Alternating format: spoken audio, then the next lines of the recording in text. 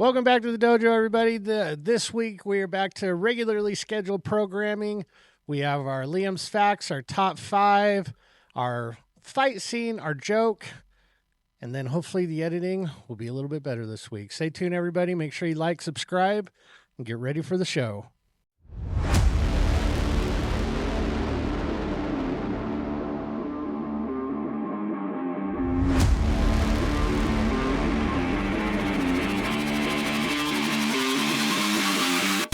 All right, welcome back to the dojo, everybody. This is TruTalk with TruMotion, where a couple of guys talk about how to make the world a better place and hopefully make your day a little bit better in the process. My name is Mark, followed by my co-host Tony. Tony said that we need to get the show started because he's got stories. All right. Sorry. Okay, so of course we have question of the day and everything else, right? Yeah. And we will talk about the question of the day. So I was like, kind of looking some stuff up, got distracted as one does who has ADHD, and. What? I know, right? Jeez. So I had this dental appointment, and I'm like, I'm just going to work from home because it's just going to be a pain in the ass to like go to the office, do like the small amount of things that I can do, leave in the hour that I'll be able to be there. Because my dental appointment was at 8. I was like, I'll go to the office at 6, you know. Mm-hmm. But then I'm going to have to leave at like 7:30 to get to my dental appointment. So what the hell am I going to do? No, I'll just work from home. So I got back home and, you know, was rocking out to like, again, like I've got this, I wouldn't necessarily call it a theory, but it's just an observation that when you and I were growing up, because we're young, virile men. Duh. It's not salt and pepper in the beard. It's called experience. It's called experience. When you rank up, you know, levels in HP, you lose color. Yeah, exactly. That's what happens. I remember listening to hearing music from 40 years ago when I was a kid. You know, stuff that my grandparents listened to. Mm-hmm. Big band, Perry Como, you know, all that other stuff, you know. I mean, don't get me wrong. Like, it's not bad music, you know. Like, you've got Frank Sinatra, you got the crooners, you've got all this other stuff. And I was like, oh, I mean, the difference between that music to 40 years in the future from that time period, you know, from the 1940s, 50s to 60s, 70s, 80s, massively different. We're talking like worlds shifted type of music that is played. And so I was kind of like listening to that type of music, you know, a lot of, I mean, we're talking the Doobie Brothers, Cream, Jefferson Starship, Chicago. My dad liked all that soft rock stuff. Oh, yeah. Jay Croce, I always called him Crotchy. It makes him mad. Yeah. You know, but like, honestly, like ZZ Top, Zeppelin, The Stones. Bread. Yep. Oh, yeah. Three Dog Night. Oh, yeah. Yeah. I mean, we're talking like the sound was just so radically different. CCR. Yeah. Oh, dude, CCR. Duh. Oh, yeah. So I was having a great time. That's not our top 5, by the way. It's not the top 5. No. So, you know, and again, they're all songs that I knew, singing my guts out, everything else, just enjoying myself, you know, realizing that, you know, like a lot of these songs, if played today, would carry not only just, they'd be okay. No, they'd carry their own weight and then some. That's why so many artists and musicians sample pieces from those songs back then and then bring them forward. Oh, yeah. Because they were rocking and solid. I mean, good heavens, like, you know, Stranger Things. I mean, granted, it does happen in the 80s, but it's like, dude, Kate Bush. Their whole entire, like, soundtrack was sampled and carries today, you know. Did you watch the finale and all that? I have not. Okay, well, I have not. No spoilers today. Yeah, I don't have Netflix right now, so that's all right. Yeah, it's okay. I will get to it though. Yeah. Anyway, I didn't think it was terrible. A lot of people have a lot of hate for it. Yeah, and I think trying to wrap something up and doing it right is hard because you've got. I will take the Henry Cavill stance on it because he was asked once about toxic fandoms. Yeah. Like, what do you, toxic fandom, blah, blah, blah, blah. And he's like, no, it's not toxic. And the reason why is because that person, that fan, has an idea of who their characters are, how the lore works, how they think they would react in a certain situation, and how they think the story should unfold. Yeah. And I'm like, dude, that's so true. I mean, I feel the same way with, I know there's some people out there who like the sequels in Star Wars. I think that is a bunch of hot freaking garbage and is completely dog water. 1 through 3, they're not terrible. They're way better than the sequels. Oh, I'm sorry, the sequels. 6, 7, 8. Yeah, the sequels are bad. Horrible. The first one's probably the best out of the 3, and it's basically just a rip-off of 4. Yeah, it is. And that's what J.J. Abrams does. Yeah. He's really good at, like, I'm going to take something nostalgic, I'm going to wrap it up in new stuff and give it to you, and you'll like it. Yeah. Yeah. 7 or 8 and 9 were dude, terrible. it was a cluster. Yeah. They're borderline unwatchable, in my opinion. Right. However, I do know that there's people who like it. And again, the reason why I would tear it up one side and down the other is because I have an idea of what those characters are, where the storyline should go, and they mean something to me. Yeah. Is it toxic? No, it's just my understanding and my belief set. And so... Yeah, the only thing I'll tell you about the finale is it has like a Lord of the Rings vibe. Oh, does it? Yeah. Oh, okay. So that should tell you a little bit about like how so kind of like the Mountain Doom, where it feels like it ends 8 times type of vibe? Yeah. Okay. Yeah. Okay. Yeah, it seems like there's like 5 or 6 endings. Okay. That's fine. Yeah. I mean, it's a storytelling choice. Yeah. Exactly. Yeah. And so, exactly. But anyway. But no, so like I'm sitting there listening to like this music and everything else. It was great. And I didn't realize this until like the next day, but apparently there was a shooting next to my house. And they're like, lock the neighborhood down. Really? Yes. And I was like, huh? Like it was on KSL, everything. Like if you live on this road, like do not leave your house. There's multiple gunshots. There's something. People's houses are getting hit. We have cops that are out there, and I'm like, it's right down that's on the road where my house is. Okay. Was it like, what was it, gang related? Or was it police pursuit? Nope. I don't know. Apparently there's been a bunch of shootings this week. Yeah. There's a shooting at a funeral in West Valley or Magna or something like that. Funeral? No, Rose Parks. Yeah. Yes. Like, I think 2 people unfortunately passed or were, succumbed to the injuries, and like 18 people were injured. Holy crap. Yeah, they think it was gang related. But dude, seriously? No. Yeah, no. And that's the thing, Yeah. People need to be very, very aware of how they treat people. This isn't going to be like a pro or anti-gun statement, but it's just like one of those things to where bad people are going to do bad things. Yeah. And you need to make sure that you treat people correctly so people don't do bad things. To you. Yeah. The best way to prevent violence is don't have violent activities or violent intentions. Yeah. A lot of times and I don't know what it is with the youth or especially males, but this need to like defend their honor. Right. It's like, stepped on my shoe, I shall challenge you to a duel. It's like, relax, dude. I don't freaking care. And I love my shoes. And if you stepped on my Jordans, I would be pissed. But my Jordans aren't worth getting into a fight over. Well, and that's the thing. Now, you threaten my family, that's something to get into a fight over. It's on like Donkey Kong. Yeah. But anything else, I don't really care. You can insult me. You can insult my intelligence. I really don't care. Yeah.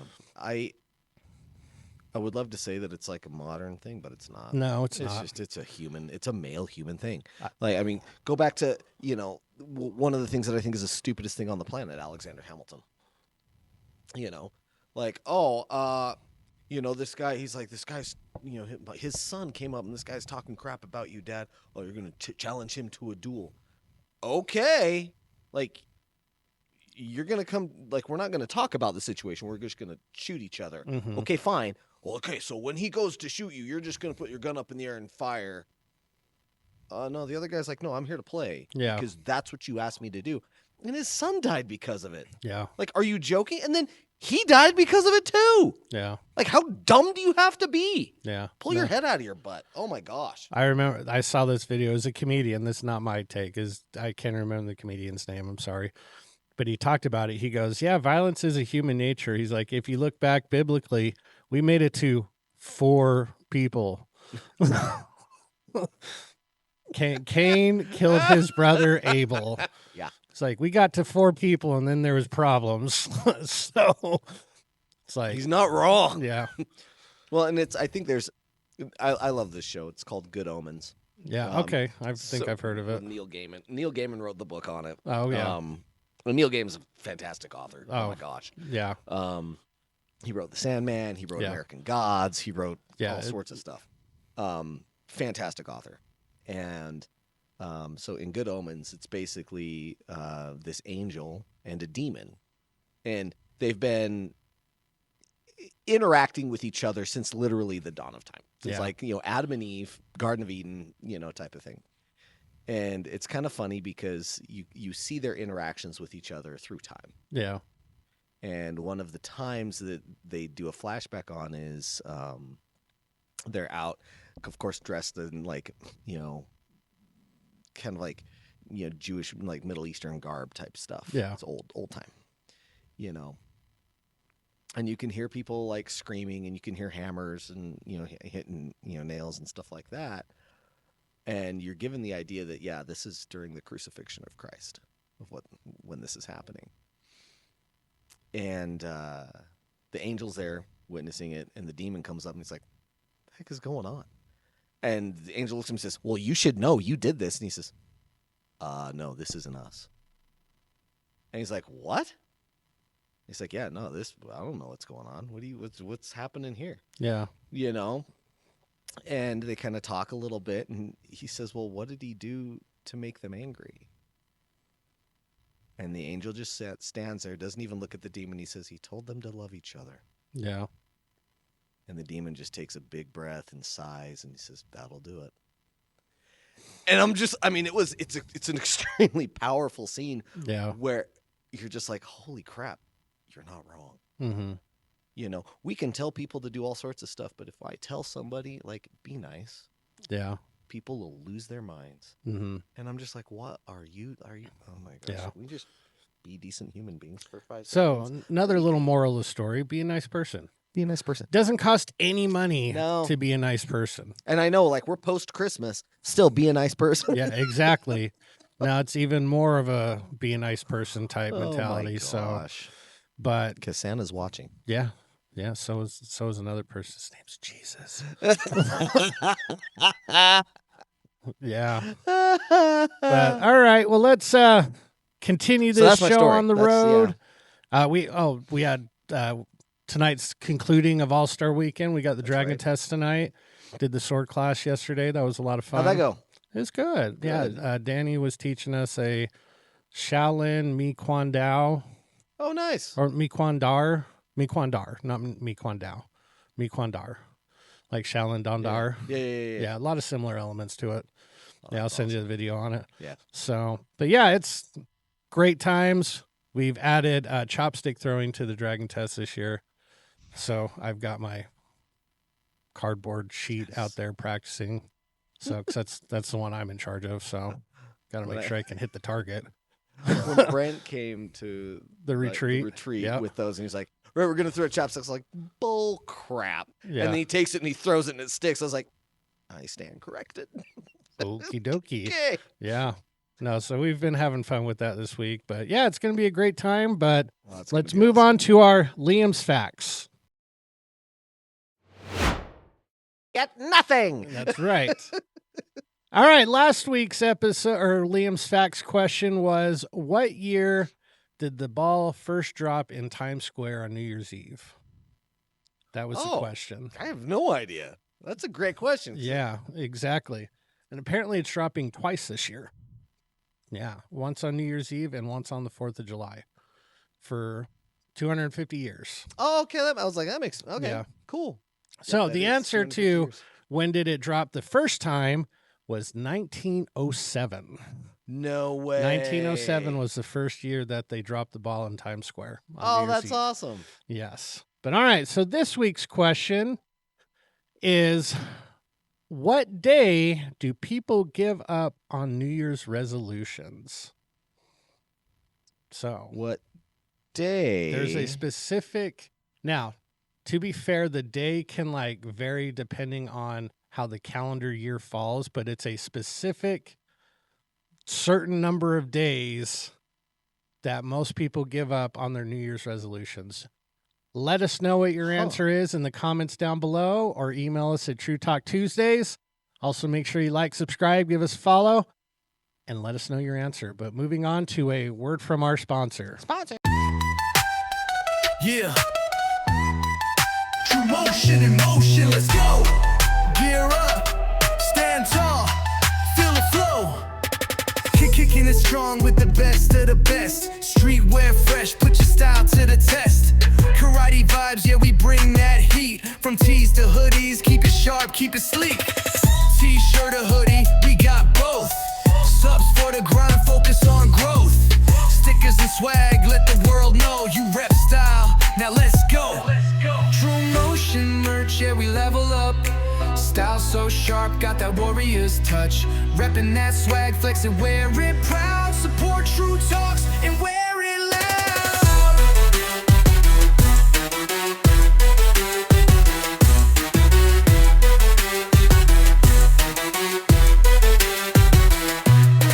Discipline, power, the heart of the fight. Your fit's gotta match your unstoppable might. Tigers and dragons, bold on the sleeve. Step in the dojo, they know you don't leave. Oh, step up, don't wait. Rock that fit, let's elevate. TruMotion merch, yeah, we level up. Style so sharp, got that warrior's touch. Rocking that drip, yeah, you own the crowd. Support TruTalks and wear it loud. Yeah, we reppin' strong, no fear, no doubt. TruMotion merch shop is what it's all about.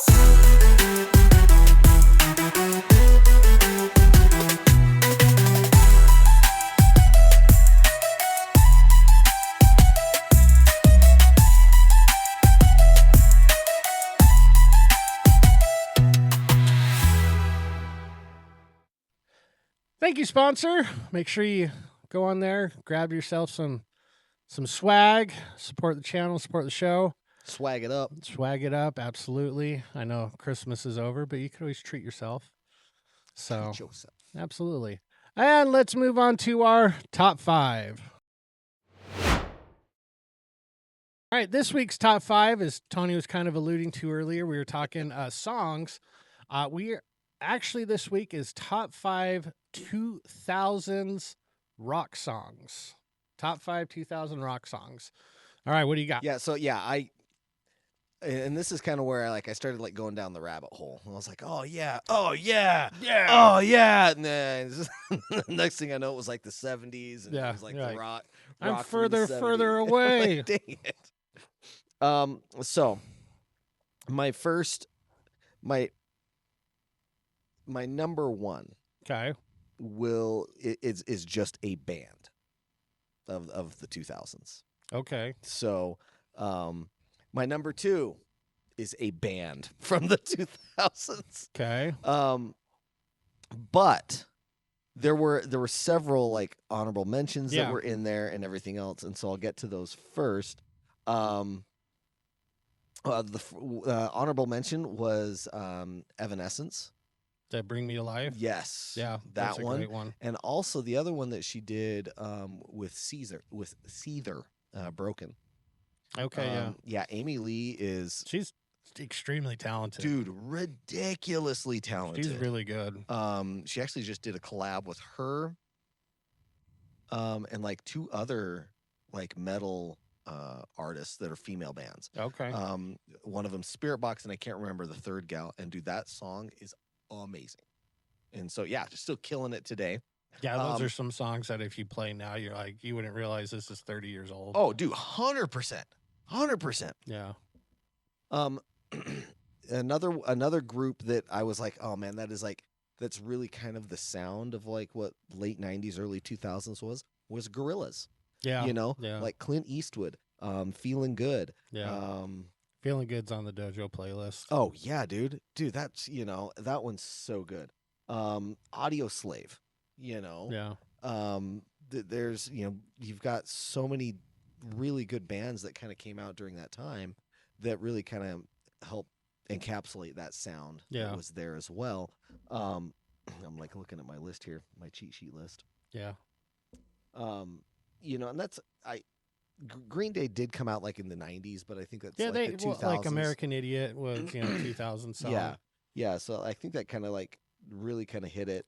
But one of my personal favorites is System of a Down. Oh yeah, Chop Suey. Yep. I tried to look up if B.O.B. was in the 2000s because that's a great song also, but I thought about it and that's as far as it got. Yeah. But yeah, that's a great song. So if you know when that song was released, let us know. Right. So I don't have to look it up.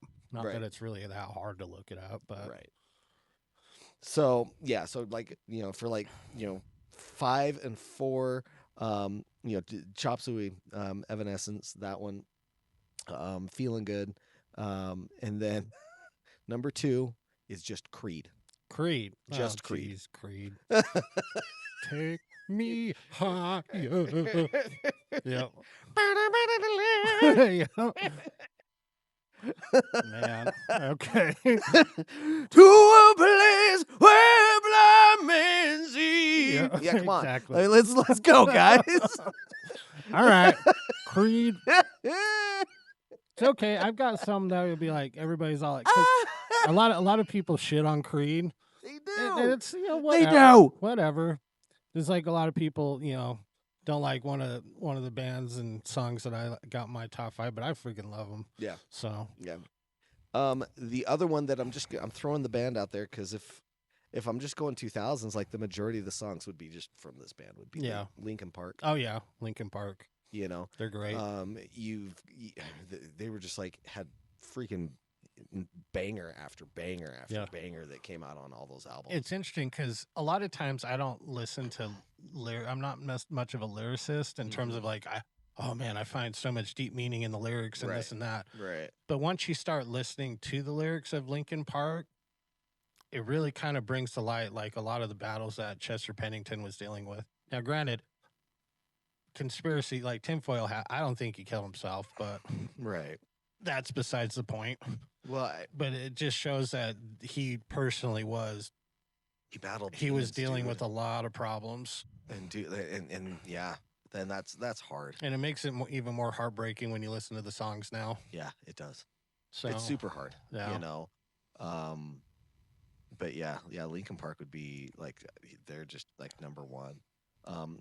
Another like honorable mention that again was a band that I super I really liked them. I think they only came out with like 1 or 2 albums, and it was Hoobastank. Yeah, Hoobastank. And I was like listening. Incubus. Like I was listening to him again, and I'm like, dude, these guys would kill it today. Yeah, it's interesting because I do consider them rock, but they're not like, man, they're almost borderline like punk rock. Yeah. Yeah. So yeah.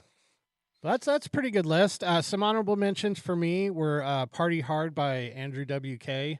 That's a good one. Linkin Park's Numb. Yep. Oh, I like Linkin Park a lot, but I hear them all the time, so it's like you kind of are like, it should make the top 5, but you're like, I hear them all the time, so it's not quote unquote quite as special. Yes. This one I really like, but I didn't put it in my top 5 because I don't know if you would classify it as rock. It's Limp Bizkit's like Break Stuff. I would. Because it's got that rock feel, but it's in a rap fashion, kind of like Kid Rock. Yeah.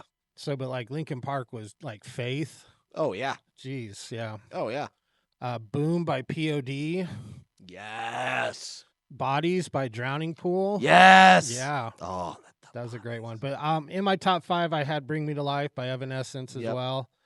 Misery Business by Paramore. Yes. Paramore was freaking awesome. Paramore was great. Yeah, they're another one, honorable mention. Okay. 7 Nation Army by White Stripes. Oh yeah. Like I was like listening to that. This is kind of why I got stuck back and was like, man, this is like got some like cream, like that Yeah. that beginning bass line. Doom, doom, doom, doom, doom. Yeah. Boom. Yep. I was like, I gotta get some of that like 70s rock funk that's in there. Yep. That was in. Oh yeah. Yeah, chop suey as well. Oh yeah. You can't even understand how they Wake up! Wake up! Yeah, exactly. Yeah. Funny enough, that part where it gets really slow, he basically took a verse out of the Bible and did it, and he goes, he didn't think anybody would care. It was just a lull time in the song. So have you heard him like when he explains that? No, yes, but I don't remember it. So the producer, and I've heard this from like him and also the producer. So they were staying over at the producer's house. I guess the producer's like this big record label producer, whatever, who heard them and was like, oh man, this is like a new sound. I got to get on this. Writing the songs, and they were stuck. And they didn't know what lyrics and everything else to use. And so he brings them into like his library. And apparently it's like his big, massive room with all these books. And he says, have at it, And he says, so I just went over and picked the first book off the shelf, opened it up, and just put my finger. Yeah. And that's what, And it's probably, it's become the best, a lot of people's favorite part of the song. 100%. And most of them don't even know it's a 100%. Bible verse. Oh, yeah. Oh, So- well, I mean, fortunately. Yeah. The next one is Thanks for the Memories by Fall Out Boy. Oh, yeah. That's a great one, too. And then the two songs that are kind of like it's like 5A, 5B or whatever. Yeah. It's Nickelback songs, and everybody shits on Nickelback, but like, Dude, it's the same thing. Like, I feel the same way with Creed. yeah, Yep. I freaking love Nickelback. It's Animals and Someone You're With. Look at this photograph. That's Yeah. not the one, but No, but that's on the same It's album. not the same album. And Saving Me is on Yep. that. That was a great album. Oh, dude. So Freaking killed it. yeah, Nickelback. Whatever. Was it Deadpool 2 that they have that whole entire scene with the kid that was in Princess Bride that was getting read to, where they talk Yes. about Nickelback. Yeah. Shut your face. It was either that or the Christmas album or Oh, the yeah. Christmas movie. Yeah, but it was something with Deadpool. Yeah. Oh Yeah. yeah. Deadpool was there. I think it like goes off like all of the Fred awards. Savage. Yeah, Fred Savage. And goes through all of the awards that Nickelback has won. How many albums they've actually sold? How many and I'm just like, Because Ryan Reynolds has got to step up for his fellow he's got to Canadian step up for the Canadians, eh? Canadians, eh? But let us know what your top 5 2000s rock songs are. If ours made your list, or if we completely forgot about some that you're like, oh my gosh, how'd they forget my favorite song? Mm-hmm. Sorry, there was a lot of them. There's a ton of songs, and that's the thing that was really kind of hard, is that like that was kind of like that time period when like I graduated high school, stuff like that. Mhm. And so like some of the ones that were in the 90s were creeping into like the 2000s that I was thinking of. Yeah, but like again, the 99 was really good. oh dude, well, Blues Traveler, Yeah. and like I always loved this song, but again, it's like one of those ones that if you sit down and actually listen to the lyrics, it's like crap. Like he moves through it fast, but it's the song hook. And I finally kind of started like listening to those lyrics and everything else. I'm like, oh my gosh, like, dude, you guys could have gone. I don't know why you stopped. Yeah. But moving on to our Ask a Sensei.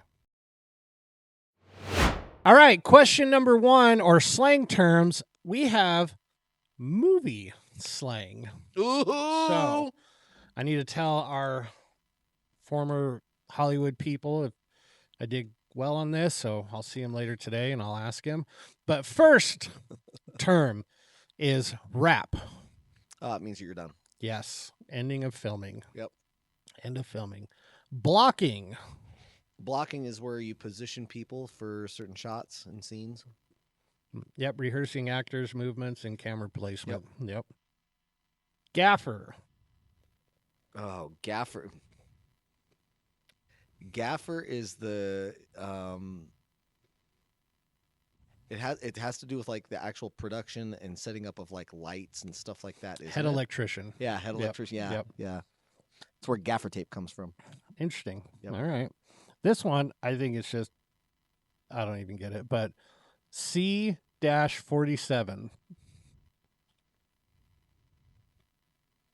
They make it sound way more important than it is with that. I have no idea. It's a clothespin.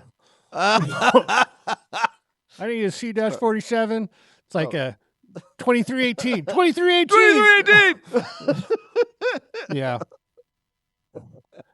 And if you don't know the 2318, apparently you've never had kids or watched movies. Right. Or A113. Yeah, exactly. All right. Apple Box. I don't know what Apple Box is. Apple Box is a wooden box that raises actors or equipment. Oh, no way. So that makes sense. We should just call it the Tom Cruise box. Yeah. But Sorry, Tom Cruise. Sorry, Tom. I love your movies, dude, but it's okay. It's okay that you're short. 100%. I don't care. Just, He's a badass. Yeah. Like, again, one of my favorite interviews was Matt Damon talking about Tom Cruise. Yeah. And Matt Damon. He was like, yeah, so I met him. And I was like, okay. So, like, I was wondering, like, how do you get, like, the movie houses and everybody else to, like, sign off on your stunts? Like, how do you come up with those? And Yeah. Okay. So I come up with the stunt, okay? And then I go to the stunt man. And I tell him what I want to do. And then he says, Tom, I don't think you should do that. So I find another stunt guy. Yeah. So I find a new stunt man. Yeah, exactly. Dead cat. Dead cat? Dead cat.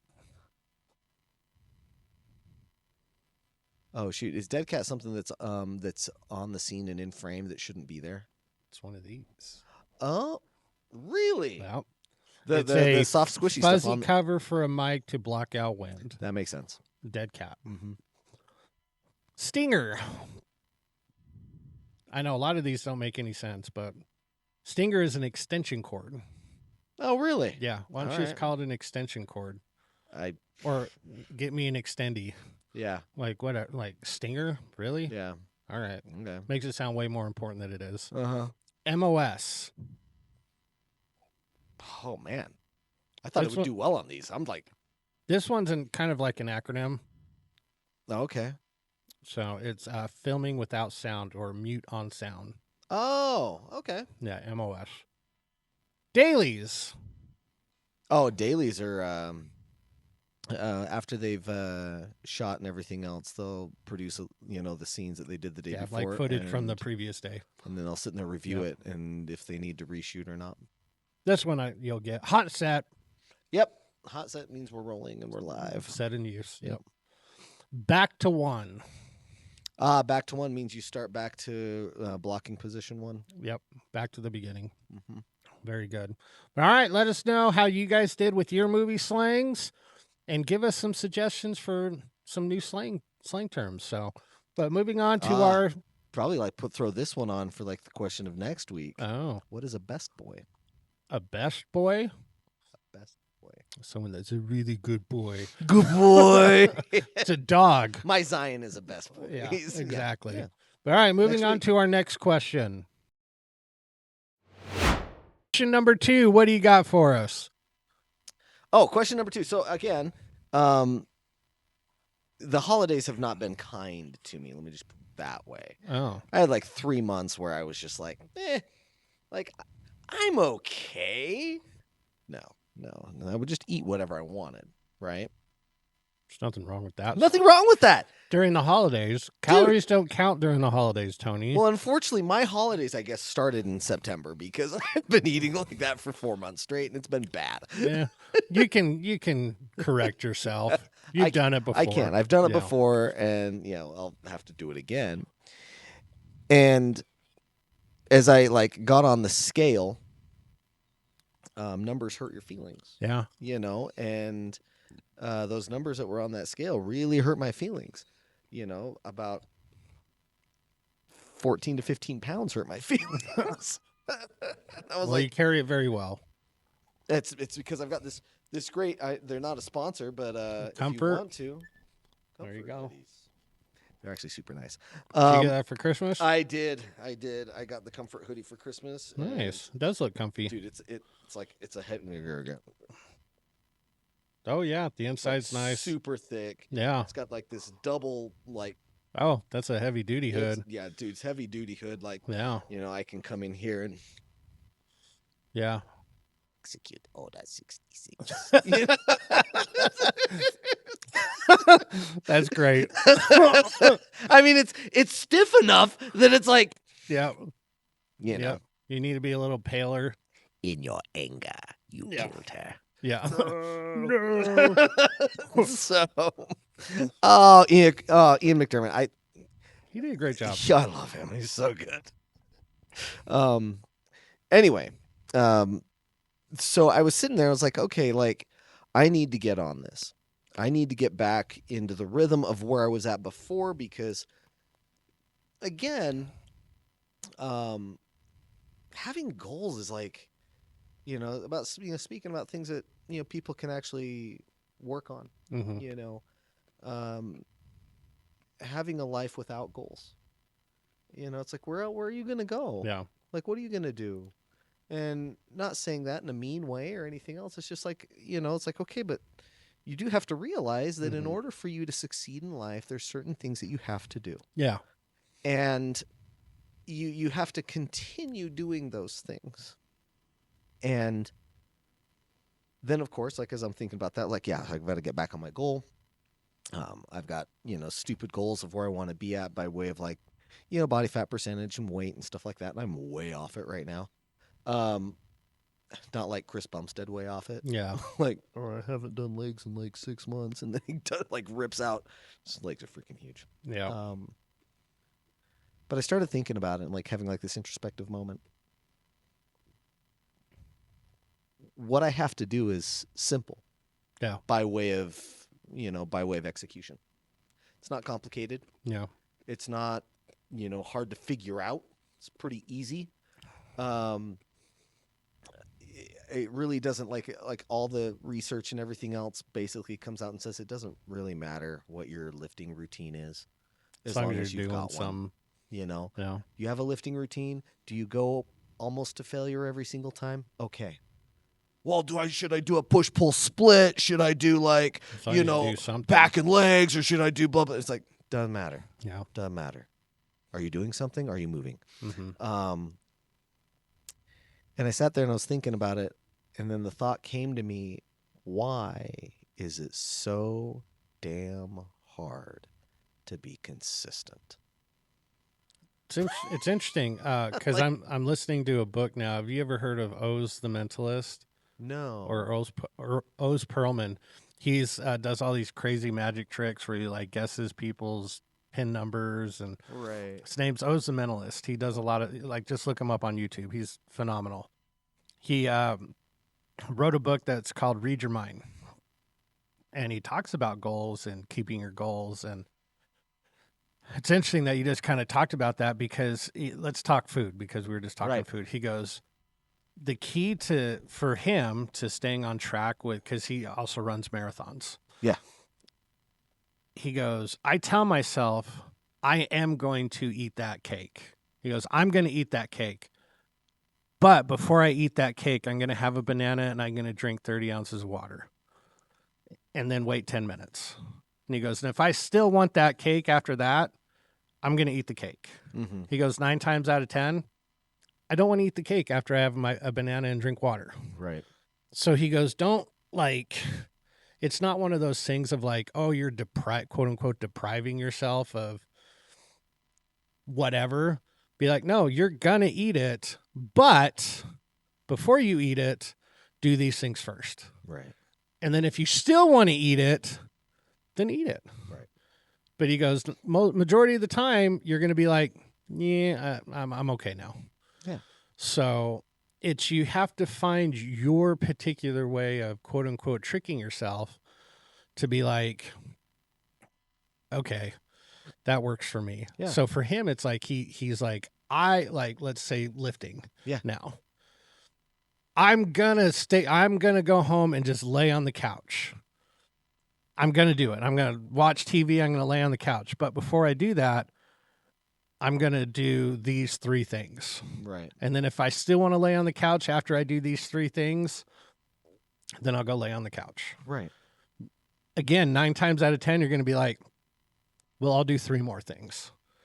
And then you'll end up laying on the couch. Yeah. Yeah. Yeah. Yeah. So it's finding a way of tricking your brain, because your brain wants to find that like easiest possible way or not be put in a state of like stress. Plus, you want that quick dopamine hit of like, oh God, this tastes so good. I've been waiting for that. No, delaying that by tricking yourself, being like, I will get that, but I need to do XYZ. Well, and I think the other thing that, and I say this because I'm throwing myself under the bus on this, because I would, just because of life, I don't even want to make excuses for it anymore because there were choices that I made. Yeah, I made the choice. That I would be kind of in a funk. I'd be at work. I'd have, of course, all my gym clothes and everything else that were there, and because I kind of like lost track of time, whatever it was, working on, different parcels. And then finally like, oh shoot, like I got to actually take a lunch and go, go to the gym and everything else. But I'm tired. And I'm hungry because I am trying not to like eat a lot and everything else. I was trying to do the fasting thing where you don't eat breakfast, everything else and all that. But by the time 2:00 rolls around, like I was feeling like I wanted to gnaw my arm off. Yeah. And I was like, oh, but I really should go to the gym and then come back and then finish out my day. And then when I get home, I can eat. And I would get to that point where it was like, no, I'm not going to do that because I don't want, like, and it's what I call the whiny 4-year-old. Yeah. I want to. Yeah. And I listened to that voice in my head. Have you ever heard of Andy Frisella? Yes. Yeah, he calls it his inner bitch voice. Yes. Yeah. Yes. Oh, yeah. Yeah, I would get that almost like every single time. Everybody does. Everybody does. Yeah. And I would get that when I would, when I lived, was this? I even still, like when I lived in Kaysville and ran my studio, I would get on my bike and I would ride from Kaysville to my studio in Bountiful, which was about like 12 and a half, 13 miles one way. So it was about 25, 26 mile round trip. And without fail, I'd get on and I'm like in my kit, everything else. I've got, my backpack full of stuff. I've got the helmet on, glasses, ears, everything else ready to go. Okay.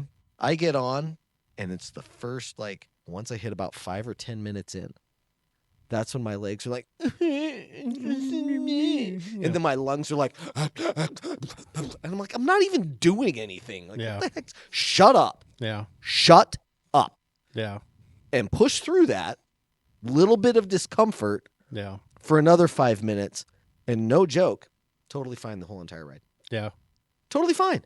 But it's that, I deserve this. I deserve that because I'm special and I deserve this. And here's the thing, like, there's some of you out there, and I'm calling you out, that do that. Yeah. A lot.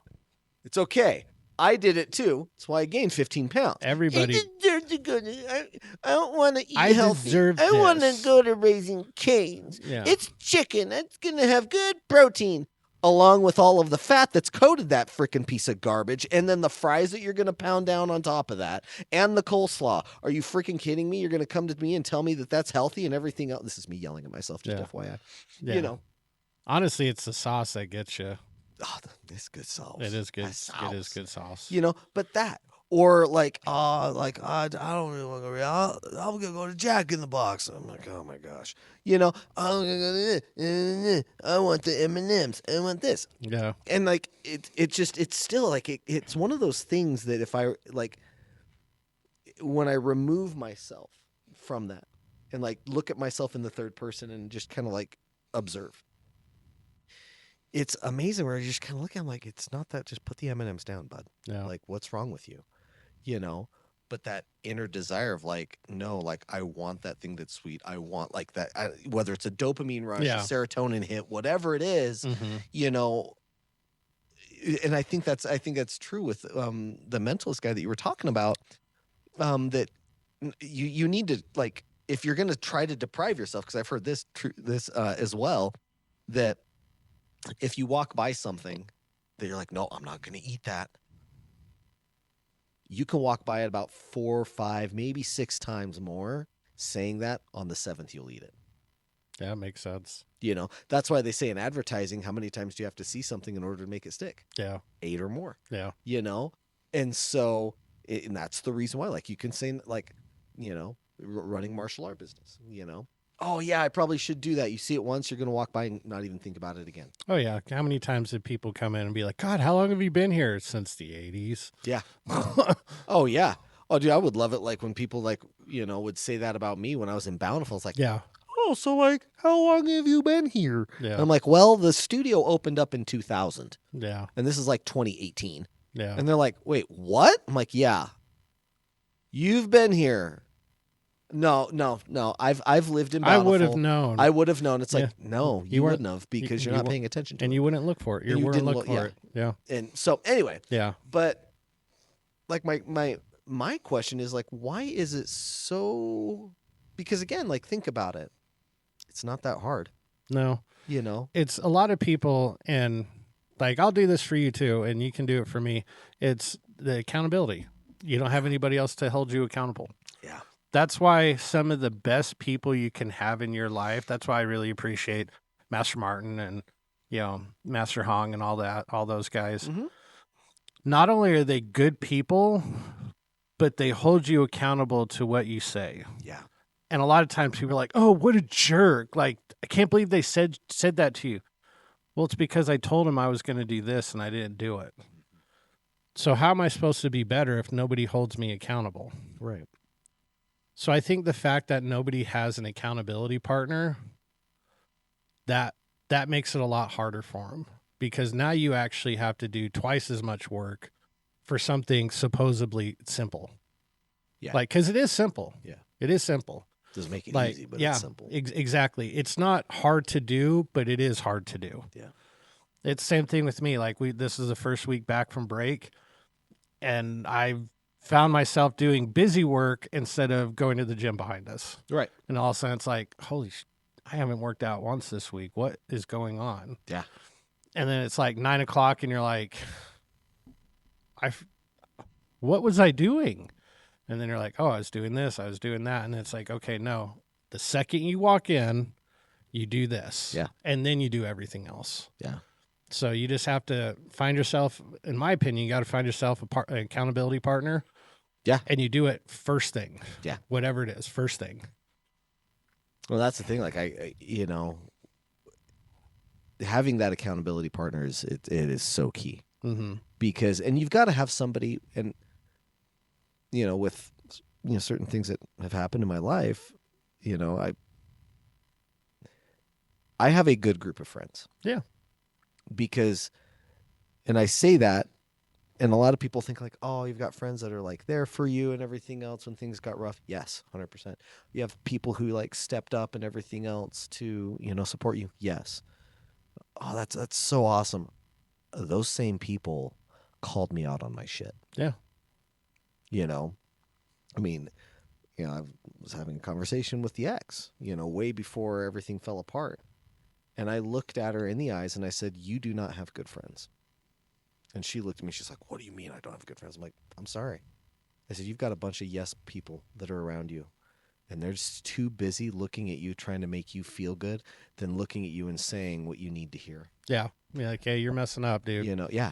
I mean, you know, during, you know, my divorce and everything else, like there was one time I remember because I was at work and I had these two people that I worked with. Both of them had been through divorces before, and they were kind of like my mentors as I was going through that. Yeah, because they're like, we know the roadmap. We know what's going on. And something came up and in an email, and I literally was about to lose it. I was like, I was just going to lose milk and cookies and just like go nuclear at this point. Yeah. Because I was like, I mean, I kind of hate to say it, but once you've kind of lost everything, like, Yeah. okay, if I lose everything that I have right now again, like what's the big difference? Yeah. What's the Yeah, I've already difference? done it once. Yeah. I can do it again, you know. And I was just livid. And this one gal, her name is Sam, totally awesome woman. She looks at me and she says, Tony, what I'm going to say might offend you. And again, she is a sweetheart of a person. And so when I heard that, I was like, here we go. And I was like, just starting to buckle in. Like, Like, oh, all right, hold on tight. It's going to come. do I need to put a helmet on? You bracing for impact. Dude, no joke. Yeah. And I was like, okay, I'm ready. And she's like, okay, good. And she just sat there for a minute and then looked at me and she says, are you an asshole? Yeah. And I was like, and from her, like someone who like is sweet, you know, doesn't swear at all, Yeah. everything else. And it was like completely honest, completely like, you know, with all intent, you know, just, are you an asshole? And I was like, no, I'm not. Do you want to be an asshole? No. And then she sat there for a minute and she said, then why are you giving her all the ammunition to say that you are? Yeah. And I sat there for a moment. And it's funny because I brought that up to her once. She's like, you gave me a lot of really good advice. And she's like, oh my gosh, what did I say? I'm so sorry. Sometimes I say things that hurt people's feelings. And I'm like, yeah, it's only if it's not true. That's like, yeah. And I said, no. I said, and I told her what she said to me. She's like, oh my gosh, I'm so sorry I said that. I said, don't be. Yeah. I said, because it's the truth. And Yeah. you said it to me not to hurt my feelings. You said it to me because you could see what I was going through, because you'd probably gone through the same thing. And, you know, maybe you chose a different path and regretted it. Or maybe you chose the other path and were like, no, this is the way you need to go. You know, and that's just one example of many as I have gone through life, where you have that good friend that's like, hey, buddy, I hate to say this, I do know 5 fat people. You are 4 of them, so maybe you should like put the candy down. Yeah. You know? So, but you know, I mean, that's how guys. Yeah. I remember we had a conversation like that when we were in LA, or something. I don't even know what we were doing or what was going on. And it was very, very similar to that. Yes. I can't remember what I said something, and you sat there for a minute, and I remember, and it was when we were going to LA like every other month. Yeah. You said, Tony, I love you as a brother, but you are one of the most judgmental people I know. And I just sat there, and that exact same laugh that I just had was the exact same laugh. Because again, the thing is that from you, Mark, like it wasn't meant to be mean. It wasn't in malice at all. It was just like, hey, bro, like just FYI, just relax. You need to like pull it back. And I'm like, and it's funny because it's not like you told me something that I didn't already know. Yeah, you know what I'm saying? When it comes from someone else, you're just kind of like, so it is. Okay, so it is as bad as I think it is. It's like when kids, it's funny because we deal with this with parents where parents are like, they'll tell their kids, oh, don't like something like, oh, don't touch that. Right. And then you or I would be like, hey, don't touch that. And be like, okay, sorry. And the parents are like, what the hell? And it's like, well, they hear you tell them stuff all the time. Right. But yeah, a third party comes in and says the same thing. For some reason, it hits a little bit different. Well, it's kind of like the saying says, you're never the king in your own castle. Yeah. You know, true. Where like the parents are always there. Like you have that familiarity and everything else. And then you get somebody else who looks at you and says, no, don't do that. Yeah. Or, hey, do this. And you're like, oh yeah, like I should do that. You know? Yeah. I think it was a short. I love Tony Robbins. He's a good guy. Friggin' great. But not that I know him, but it'd be awesome, dude. Sorry. Be awesome if I knew him. I'd probably come to his elbow. But he's a big dude. He's like 6'7", 6'8". Yeah. Huge guy. But he was talking to this one gal, and he says, your dad probably called you princess. Yeah. You know, treated you like a princess as you were growing up. And she's like, yeah, he did. He says, he really effed you up, didn't he? Yeah. And she just kind of giggled, and he's like, no, like he messed you up.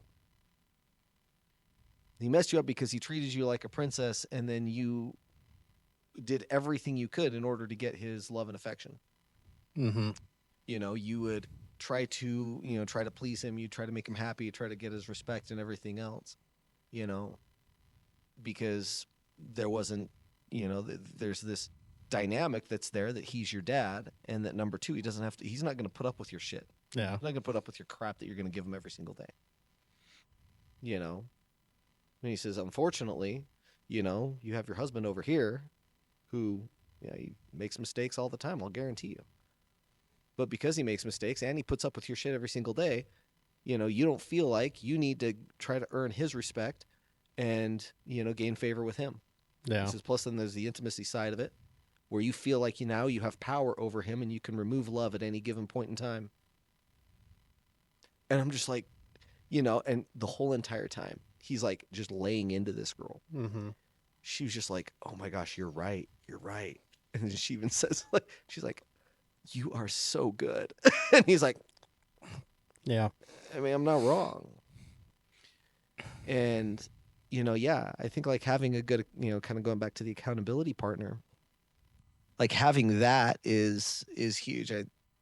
How many people, have you heard of, in all of the years that you've been teaching martial arts, like, oh, well, I can do everything that you can do here at home. I don't hear that very often. Oh, you don't hear that very? No. I would hear it kind of frequently. It's like, oh man, like I could, here, I'll just teach me private lessons and I'll just and I'll practice at home. It's like, no, you won't. Oh, the practice at home, yeah, maybe a little bit. Yeah, it's like, but no, they won't. No, nobody ever does. And you try to get people to come in.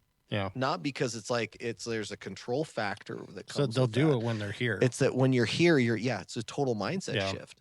It's like, I'm here. This is where I work out. That's why I could never work from home, because when I'm at home, it's not work. Right. Right. So for me personally, but yeah, I have for me, I have an area that, like, literally when I'm working from home, that is where I go. Mm-hmm. When I'm not at work, I do not sit in that chair. I do not go to that desk. If there's anything that I have to do by way of computer or anything else, I take my, I've got a MacBook. I just take that and I'll sit at the kitchen table. I'll sit at the counter. I'll sit anywhere else but that position. Yeah. Because again, like you said, like it separates that mentally from me. And just because of, I have the opportunity to work from home. And it works out really well, especially when it comes to transporting my kids to their events and stuff like that. But, anyway, but like that, I was like thinking about kind of pulling all the way back, small tangent, back to like the main question. It's like, why is it so hard? Why is it so hard to keep, like why can't I? Because I know like I am a capable, I'm not dumb by any stretch of the imagination.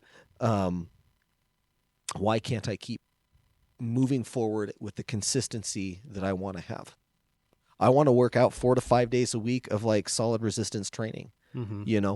I want to make sure that I get at least, 120 grams of protein in minimum a day. Hopefully probably 180. Anywhere between 120 to 180 is my sweet spot. I want to basically cut out any processed sugars or anything else. That doesn't mean cut out all carbs. Yeah. That just means I need to cut out the sugars. I want to be able to, increase my cardio. It's like, why is, and it doesn't, like, if you're going to be eating the same thing every single day, eat the same thing every single day. Yeah. Yeah, the short answer is we don't find people to keep us accountable because we don't like to know that we're failing. Right.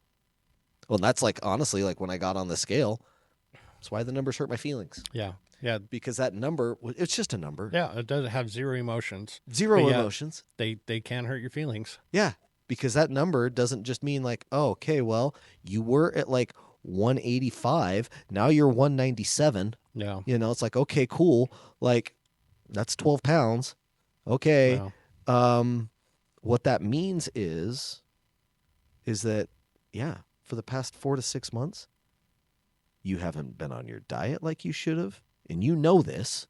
You haven't been eating like you should. You haven't been working out like you should. You haven't been doing cardio like you should. What do you expect? Which you kind of start adding that up, and then psychologically you're like, well, that means that I'm a failure, and that means that I suck at life, and blah, blah, blah. No, it just means you walked off the path. Nice thing about that is you're like, oh, it's over there. I'm going to... And I can get right course back correct, and then you get right back on. So that's... Find an accountability partner. Yeah. And if you fall off your path, just find it and get back on. Yeah. Get back on. But moving on to our next question. All right, question number 3. It's kind of a little bit of kind kind of led in a little bit from your last question, but not in quite in depth. They're food hot takes. Like, does pizza belong on pineapple belong on pizza? My hot take is no. I don't think pineapple belongs on pizza. I do not. So, what are some of your food hot takes? Okay, pineapple does not belong on pizza. I don't Period. think so. I don't think so either. Period. However, I'm not going to be a purist and say that all pizza has to be flat Napolitano style pizza. Okay? I can look at it and be like, yeah, you can have that flat crust Napolitano style pizza. I would also call focaccia a type of pizza. You know, is it, with the sauce and everything else? No, if you get the what's called focaccia barese, which is with the tomatoes and the olives, and you've got salt and oregano and stuff like that on top, and basil, yeah. I also think like Chicago deep dish style pizza is pizza. Yep. Or the Detroit pan style. Detroit pan style. It's pizza. Yep. New York, it's pizza. I just don't think pineapple should go on it. Pineapple should not go on pizza. No. One of my other hot takes, I wouldn't probably say isn't necessarily with food per se. Okay. But it's the pronunciation of certain. We've gone through this. We've talked about this, and it happened once, and I bit my tongue, and I was like, just let it pass. It's prosciutto. You just combine like two words there. Yeah, exactly. With our powers combined. At least you don't talk to like those northeastern Italians. Oh, you would. Like, actual Italians do not like Northeast American Italians. No. Mutz. Yeah. It's like, jeez. I Gabagool. To get the mozz, Yeah. You get the marinara, you stick it on there, the spaghetti. And I'm like, oh my God, like, no. Yeah. But, here's the thing. This is where I give them leeway. And the reason why I give them leeway, it's the same, reason why dialects exist in Italy. Yeah. And we don't even understand what dialects really are here in the United States. Not unless you go to the South. Yeah. And that's like, the best way to put it for like a dialect would be like, okay, we speak English, right? Mm-hmm. Okay, a Louisianan dialect would be Creole. Yeah. And they're like, no, that's like a combination of French. It's like, keep going. French and English and a whole bunch of other different languages. Okay. Or if you go to Appalachia, where it's like you literally can't understand what they're saying. It's a different language. Yeah. And that's really kind of how dialects work. It will be a mix of the home language and then that. So with the nor'easters, with the Italian stuff like that, I give them credence on that because that's kind of like their dialect of what they grew up with. Yeah. It's just a verbal sounds that we make to give a representation of what a physical object is. Yeah. So because of that, I don't like look at them and think that they're completely retarded. Yeah. Retarded. Yeah. Tatted. Yeah. Yeah. But again, like if you're at an Italian restaurant, for the love of everything that's holy, learn how to say terms correctly. I'm going to just start saying them Please. Incorrectly from now on. I mean, it's especially when you're at the table. I'm going to be like, hey, I'll order. Hold on. I'm going to order for him. Yeah. He'll have the prosciutto and brusch. And prosciutto, the bruschetta. Bruschetta. We'll have that. Yeah, exactly. I mean, it is the same thing as like going up to like like Beto's or something else and asking for a quesadilla and a burrito. I would probably say a quesadilla. Yeah, I'll take the quesadilla with that carne asada. Carne asada sauce. Yeah. So exactly. What's like I've got one of my food hot takes is I don't think Cane's is very good. Yeah. Yeah. I Everybody no. loves Raising Cane's. It's the sauce. The sauce is killer. Sauce is great. The fries are terrible. They are? And the chicken is usually soggy. Yeah. My biggest issue with Raising Cane's is the fact that they stick it in a styrofoam box. And again, it's not because like it's going to help the environment or anything else. But if you take something that's fresh out of a fryer, you know, like even Kentucky Fried Chicken or anything else, like Popeyes or anything else like that, you know, and I stick that in a insulated plastic container. Yeah. And so it's hot. Well, when it's hot, is it hot dry? No, it's hot, steamy, moist, right? Yeah. So all of that moisture now is like going to bounce up and go into that, you know, the container that it's holding.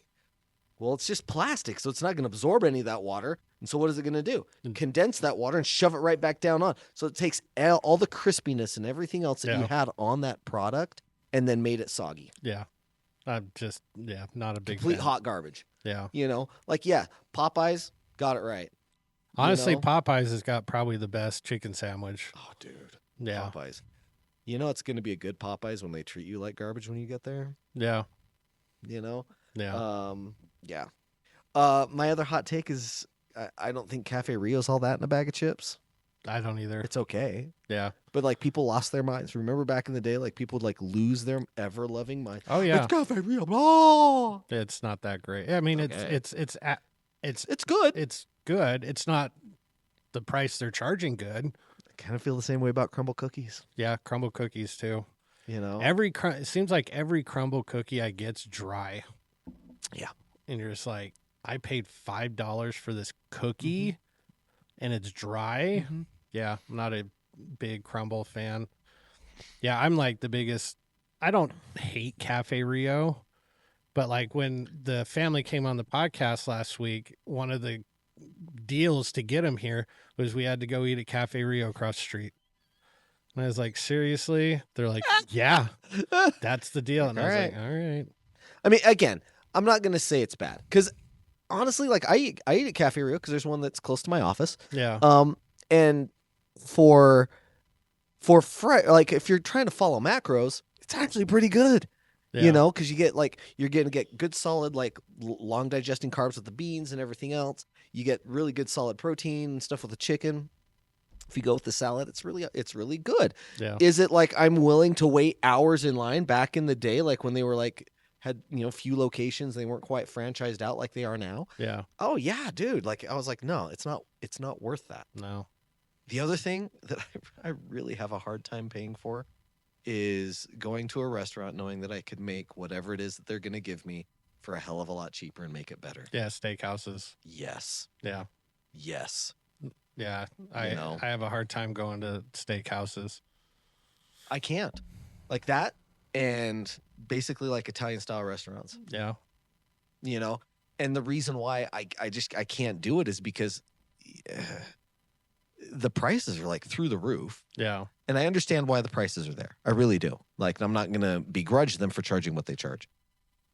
You know, because it's in Italian food, a lot of it's just labor that's involved. Yeah. You know, the ingredients are relatively simple. Mm-hmm. You know, because if you go back to the history of, Italian cuisine, it's, we've talked about this before, like kind of some of the best cuisines that are out there are like poor person cuisines. Yeah. Simple food. Simple foods, and they had to make them like the most flavorful thing out there with like little of what they had. But you start like looking at how much time it takes to make ravioli and to make, linguine and like actual like, fresh pastas and everything else. And I get it. But it's just frustrating when I know that like I can make the sauce better. I can make, everything else at home, and I enjoy doing that. Yeah. And so I can't. Same thing with like, steakhouses and meat, certain places though that, because I've either A, tried to make that dish and failed miserably at it, or I made it and it was good, but the amount of time that went into the it, effort. I totally like go and pay that. Pho is one of them. Yeah, pho would take a long time. Dude, it takes forever. And like in the batch size that you have to make it, you have to make like a metric ton. Oh yeah, dude. And even when I did make it, it was okay. It wasn't like bad, but it wasn't as good as the place that I normally like to go. Yeah. And so I'm just like, no, I will go and I will have somebody else make pho. Yeah, that and I don't like boba. Boba's terrible. See, I like boba. Oh, I hate Yeah. it. Little balls of snot is drinking. The tapiocas? Yeah. Good fuck, grief, dude, I like the screw- tapiocas. Yeah, the last thing I want is a gigantic straw, and you're like, It's like a sewer pipe. Yeah. The straw's massive. I love it. choking on. Ugh. Those are the type of straws that you should get in like iceberg shakes. Yeah. Iceberg shakes should be like again, there's certain things that just frustrate me. Like who in their right mind after they make a shake, and I'm not talking like just like, the thin whatever shakes that you get Yeah. at like McDonald's or even In-N-Out, Even if whatever. you just had a thin shake, you still want a thicker you straw. get a freaking huge straw that's like, again, Greek yeah. souvlaki does that. They make a baklava shake, Uh-huh. and they give you a big, thick straw, Yeah. and it still clogs up because Yeah. of the baklava in it. Yeah. But Euros. Euros? Not Yeah. a huge Euro fan? No, I love Euros. Oh, I won't make them. no. No. Because like I've tried to do that, and I've tried to get the rotisserie and try to get the seasoning and the flavorings and stuff just right. Yeah. And again, like it was okay. Not bad. It was okay. But it was one of those things that was like, I just can't quite nail it. Yeah. And I would, no, I'm going to pay somebody to go, But let us know what your food hot takes are. Obviously, you've heard ours, and that's just a few of them. So, but moving on to our next question. All right, question number 4. What do you got? Okay. So question number 4, you ever learn something and you think like, oh my gosh, like how have I gone all this time and not known this? Or how have people like gone throughout all time and not known this? Yeah, I find that every day on the internet. All of a sudden, someone shows you a hack, and you're like, No, it's What? like that No one guy. way. No way. yeah, exactly. Fuck's sake. So yeah. So again, I love listening to like all sorts of different podcasts and everything else, and I got sucked into the black hole of YouTube. And my youngest brother, generally gives me a list of like really cool stuff to listen to. And I went down to St. George from between Christmas to New Year's. We listened to this really cool audio story. It's called The Left-Right Game. It's really intense. The ending is, in my opinion, weak. Yeah. But Tessa Thompson is in it, the gal from Valkyrie and Creed and stuff like that. So she's awesome. Anyway, so he was talking to me about like this one that he just listened to where they do a deep dive on the National Football League, the NFL. Yeah. And he says, oh, yeah. He says, do you know that every single owner of every single team gets a cut of every single game that's broadcast? Yeah, that's TV rights. I was like, wait, so hold on. Back that truck up. And Yeah, he says, that's why they push hard for those TV deals. well, so I was just thinking like, oh, so like if I owned Tampa Bay Buccaneers, for example, okay? And Losers. yeah, as I've got this, got a season, it's doing okay, it's not that great, or it's doing awesome, or it's not that. Yeah, I'm so totally if they losing. have an empty stadium, they're still making money. They're still making money. Yeah. Now here's the thing, I could be the owner, and we could be totally sucking, But he's 0-13, banking it whatever, in. because the Patriots have people going to their games and watching online, and all of that money goes to the NFL, and then from that position, then it gets spread out evenly amongst everybody. Yes and no. Here's another crazy thing that I just recently found out. As much as I don't like the Cowboys, Jerry Jones as an owner, Yeah. was next level for sure. Yeah. He is the only owner that owns the trademark to his logo. No way. Yes. He's the only one. Yeah, because everybody else, like, it's all part of the NFL. The NFL owns the trademark to the logo of their team. No. Jerry Jones when he first bought it, he bought the rights to the logo and he never gave it up. So anytime you buy something with a Dallas Cowboys star on it, What? Oh my God. you're scratching a check to Jerry Jones. Dude, that's epic. I was all like, respect. Well, All right. and that's the thing. Like, every single time you buy a ticket, to like, let's say again, you're an Eagles fan. Yeah. So I buy a ticket to an Eagles stadium. Or the Eagles, where if they play at the Eagles stadium, they play LA, they play Vegas, whatever. Okay. A portion of that ticket will go to Jerry Jones. If they're playing the Cowboys. Nope. Oh, no. Yeah, that's right. Yeah, because it gets divided amongst the teams. And I was Yeah. my brother was breaking this down. I was like, hold up. Yeah. Wait a minute. He says, this is why. He says, and then the NFL, what they will do when they start building seasons and everything else, they will put together schedules so that there's not a single team that makes a solid blowout because they don't want that. Well, I actually heard the way they break down scheduling, because I always wondered that. It's obviously each conference has 4 divisions, and then you play Right. each team in that division twice. Right. So right there's 8 games. Yeah. Then you play another complete other division. So Right. like, for instance, the Eagles this year, they played everybody in the NFC North. Mm-hmm. So they played the Bears, the Lions, Packers, and the Vikings. Right. Last year, it was the AFC North. Yeah. They played the Steelers, the Ravens, the Browns, and the Bengals. Mhm. So they rotate the divisions, how they play. And then you play another team with the same record as you standing-wise. So the Eagles got first last year. So they played the first-place team from the AFC East, which was the Bills. Yeah. And then they kind of break it down that way. So, again, you're playing relatively Similar competitive strengths. games to where there's not a lot of blowouts. Yeah. Yeah. Yeah. And they don't want that. No, they don't want blowouts. Because if they have blowouts, then of course, like it starts to kind of People stop watching. And People start watching. Every single player is an employee of the NFL, Mhm. and I'm like, wait, because my brain like gets stuck in like trading people for like baseball teams, and in basketball and stuff like that. Where it's just like, hey, it's like I love the show Moneyball, by the way. Yeah. Where you're trying to like, like this is my budget. This is how much, and it's like, I've got here, let me trade you this guy, and then we'll trade this and we'll do this. No, they're all like employees of the NFL. Yeah, they do have like salary caps and all And that that's the stuff. other thing. There are salary caps, Yeah. and they're like, no, They- this they- is how much you can pay. You can only spend so much You money. can spend this much. Yeah, and each player's like contract is public knowledge, but their take home is not based off of the state they're in and the taxes that are associated with that state. Right. So again, let's talk Micah Parsons, who played for the Cowboys. Yeah.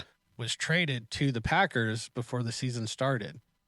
Technically, he got a raise by signing a new contract with the new team, but his take home was about the same Due to because the taxes that they're and he was playing in Texas where there's no state sales tax. state income tax. Yeah. Yeah. And then he went to Wisconsin where there State is, income tax. and it was way more than he thought it was going to be. Right. So Yeah. that's something a lot of people forget about also is your pay will be based off of, or your take home will be based off of the state that you're in. Yeah. So Yeah. And again, like just that's why like players can be traded so easily Mhm. in the NFL, and in my opinion, it's one of the reasons why the NFL is still extremely strong by Yeah. way of like the other sports franchises that are out there. Mhm. That it's like, okay, like you've got solid like solid fan bases and everything else, and they do right by the fans. And The one thing they do need to fix, and I think they will start hopefully fixing it, is when teams start to tank for the number 1 pick. yeah, for draft. Yeah. Mhm. Yep. And the Raiders did that this year. Yeah. And it really upset their best player, which I think they're probably going to have to trade him. Yeah. Because his name's Max Crosby, and he wanted to play the last 2 games of the year, and they're like, no, we're sitting you down. You have a minor knee injury that you're going to need a procedure on. He's like, I could play. Yeah. And they're like, no, you're sitting. Yeah. So he made like an FU video where they basically said that like, hey, we're sitting Max Crosby. He has a knee injury. And then he posted a video of him playing basketball being like, yeah, my knee's fine. And I was like, yikes. Okay. Yeah. So Oh, mercy. I hope they trade him to the Eagles during the offseason.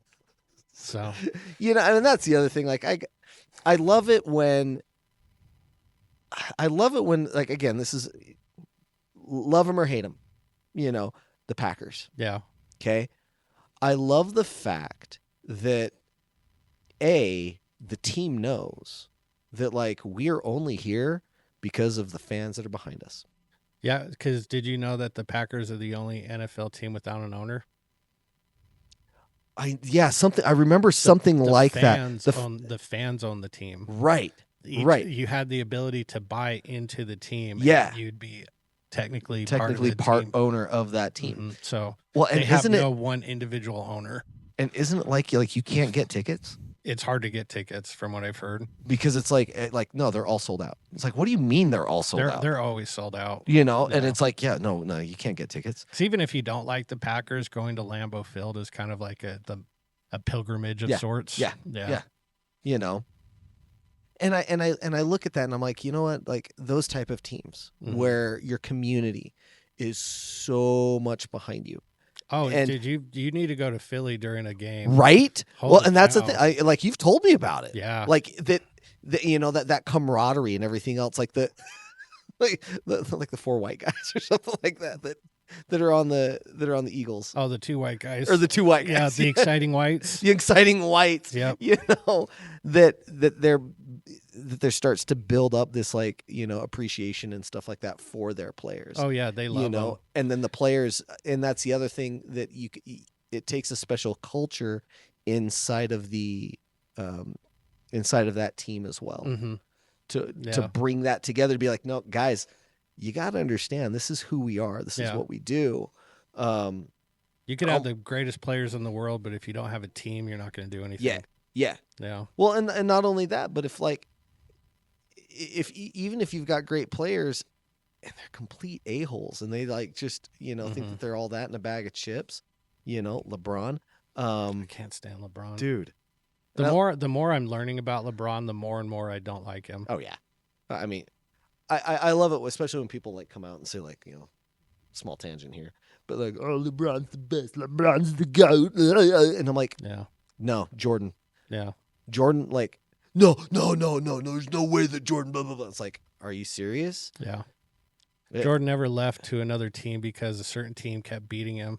Nope. Jordan never picked and chose his shots because he didn't want to bring his shot percentage down. No. Or when he wanted to play defense. No. Get out of here. Well, and again, and this is kind of where I do tip and this is where Jordan was a very special individual by way of basketball. Yeah, him and Kobe were kind of cut from the same cloth. They were, yeah. And and he knew he needed certain players on that team in order to be great himself, where it wasn't just all him. No, and that's the thing. Listening to him talk about even Dennis Rodman. Oh yeah. I mean, Rodman was I remember those days where it's just Rodman's like a mess. He's a menace on the court, though. Oh, dude, 100%. Couldn't shoot worth crap. No, but that's not why he was there. He had to rebound and play. And send the rock back to Pippen, send the rock back to to Jordan, Kukoc, all those guys. And he just doesn't have that. But kind of going, back to, players that they almost had a Ted Lasso type mentality, where it's we do understand that yes, especially with the Eagles, we're a big team. Friggin' won the Super Bowl. We're friggin' killing it right now, left, right, and sideways. But our fans and our community are still number one. Yeah. It's again, like I said, that Ted Lasso, I love that show. Started watching it with my girlfriend lately. Yeah, I've been told I need to watch it. And I will start watching it. It's awesome. I just finished one of my favorite episodes. Of course, Roy Kent. You'll be introduced to Roy Kent. He's awesome and amazing. This tough, footballer who ends up retiring, and he's gruff and just, nobody wants to mess with him because he's just angry and pissed off at the world all the time. But he has this soft spot for this niece that he has, and her name's Phoebe. And he does everything for her. We'll sit down and do tea parties. It's this great dichotomy between the two. Yeah, it's their Christmas episode, but she gets the Secret Santa gift, where it was a box full of mouthwash and toothpaste and toothbrush and stuff like that. And it's because she has really bad breath. And this kid was like making fun of her of it. You know, Roy's girlfriend's like, it's like, come on, it can't be that bad. And so she's like, no, it's really bad. She's like, come on, like, just let me have a smell and it'll be fine. Yeah. And she does, and she gags.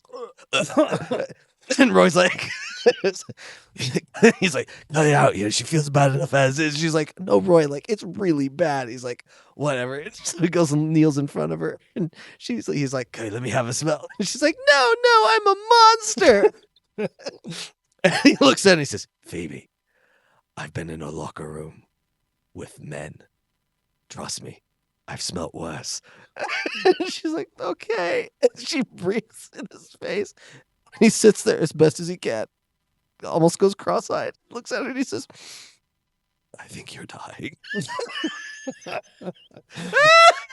There you I go. died laughing. But anyway, back to Ted Lasso and that, but yeah, like finding the communities and stuff like that of like teams that, like, small tangent and then we'll go off, but went to go watch the women's volleyball team up at the U. Okay.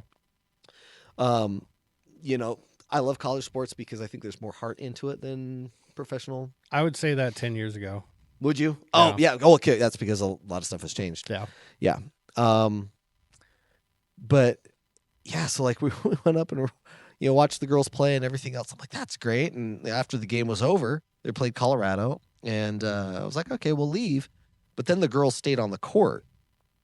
This is kind of weird. And then like everybody who was there in the stands went down to the court, and the girls are there like. And of course, there's a whole bunch of other like girls that play volleyball and stuff, and they have like these big posters, and the girls are signing them and signing shirts and everything else. And I sat and I watched it. It wasn't just like a few of the players; it was the whole team. Yeah. And I sat there and I thought, you know what? That's how you build a fan base. Yeah.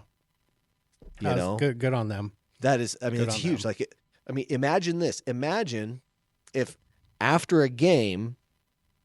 Like the whole entire Eagles, like, and it can't be the whole stadium, but Yeah, there's 70,000 plus. 70,000. But if there was even like a section of people that, like, if you buy a ticket, then Yeah. afterwards you get to go up and say hi to the players and stuff for like Yeah. half hour after the game, and then they got to go or whatever. Mm-hmm.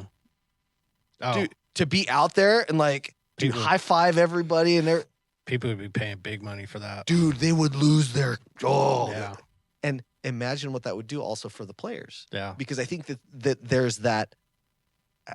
You really Sometimes do. the players forget who they're playing, like, kind of for. Yeah. They're not playing for, like, the fans aren't, like, quote unquote, paying their salaries, but you're playing, like, they're heavily invested in them. Yeah. So not only are you playing for the team, but you're playing it for the city, you're playing for the people, and it just kind of trickles down the line, I think. Well, and Yeah. also it's kind of like, oh well, yeah, okay.